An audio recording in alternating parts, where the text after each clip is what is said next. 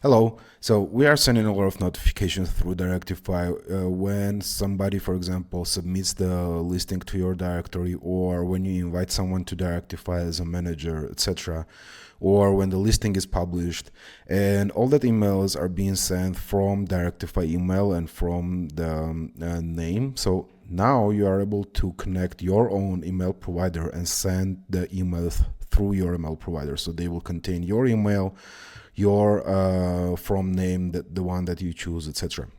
So you have ability to connect any SMTP email provider.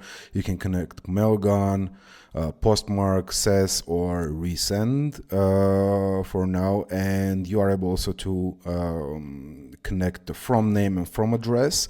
By default, if you don't specify the from name or from address, it will use your directory from which the email has been sent, and the email address also will be the directory owner email address. Once you fill the data and save the settings, you are able to send test email to see how it looks, from which email it comes, etc., etc.